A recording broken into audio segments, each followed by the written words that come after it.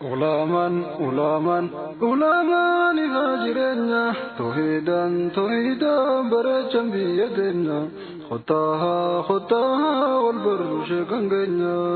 markani ne galun kan sheka shekota she khadam tulada abba ulamota wagga jahatami olif baratota barsi sunne bisam mekata mayota hararge bahati suqul jama bota nachitti baratu nirradun shekota bahani barsi sun daba maylisota ammas tarasi sun nawani abota hawasana nawa qarrefi qehrota maqamuggasani madda harashota fayyada dajran dirabbi dalota gochuudhaaf beektoota barsiisuun barnoota irraa fayyadama hundi muslimtoota.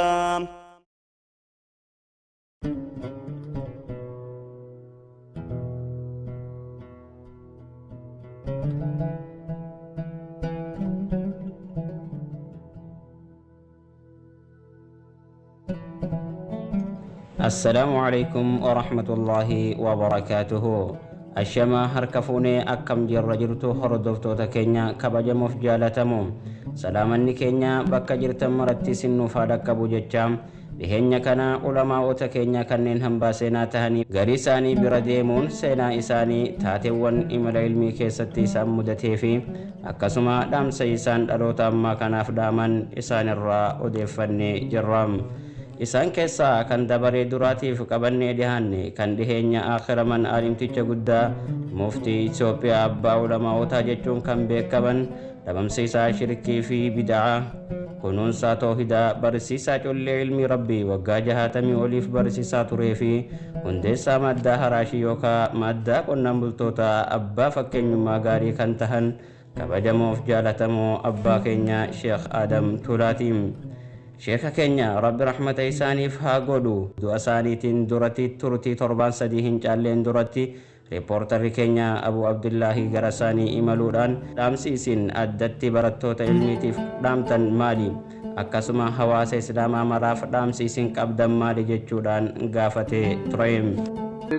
tohidan barachan biyadenya khutaha wal barushe gangenya markani ne galun kan sheka shekota she khadam tulada abba ulamota wagga jahatami olif baratota barsiisuun eebbisam mekata mayyota hararge bahati suqul jama bota nachitti baratu nirradun shekota bahani barsiisuun daba maylisota ammas tarasisun nawani abbota hawasana nawa qarrefi qehrota maqamuggasani madda harashota fayyada dajran dirabbi dalota gochuudhaaf beektoota barsiisuun barnoota irraa fayyadama hundi muslimtoota. Sheekni dhaamsa isaaniitiin keessatti nuti wallaala isinirraa buqqaafne beekumsa isiniif haqabaalle deega ilmii hin qabdan waan taataniif isin warri barumsarra jirtan qalamaaf zartara keessan walirra kaayattanii yaada keessan gamaaf gamana facaasuun maletti yaanni keessan ilmirratti deebi'ee ulamaa'ii amma jirturraa ilmi hambisuun dhaloota dhufuuf dabarsu qabdan jechuun dhaamanii jiru. Sheekni itti fufuun dhaamsa yookaan wasiyyaa hawaasa islaamaa maraaf dhaamaniin hawaasni keenya hundumti haawwaniif abbootii dargaggoof shamarran osoon hafne ulamaa'ota naannawa isaanii jiranitti deemuun barumsa barachuu qaban jechuudhaan dhaamsa isaanii kana keessatti gadi cimsanii dhaamanii jiru. Dhaamsa sheekni du'a isaaniitiif 7 hafeef dhaaman kana keessatti waa'ee barnootaa irra deddeebiin fakkeenya garaagaraatiin dabaluun amaanaa diintan umrii isaanii guutuu itti laffa'aa turan san gateetii keenyarraa kaayanii waan jiraniif nutis dhaloonni ammaa qooda keenya bahachuun amaanaa kana galmaan gahuun dirqama keenya haa ta'u.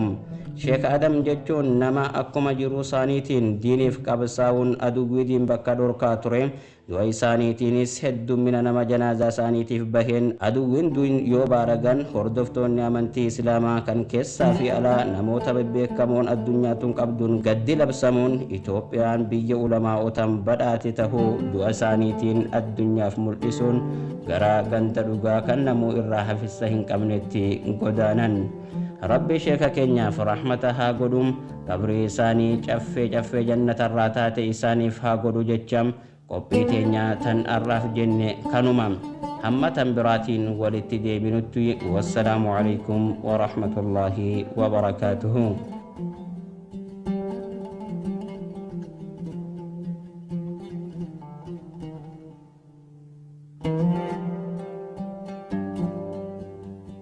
ربما فلتي أرجيه أنبياء غير أمته صدر كاساني الفداء قدس ربي دبتا الرمي غطا والبراء شهدا شبه شكوتا علماء للوت علمي دارشي سنجزا جنتا بسم الله مكا ربي خنياتي دبي الكوني الحمد لله خلود في بايل مبوتني سهنا شهادة تولادا والبرسيب نخليني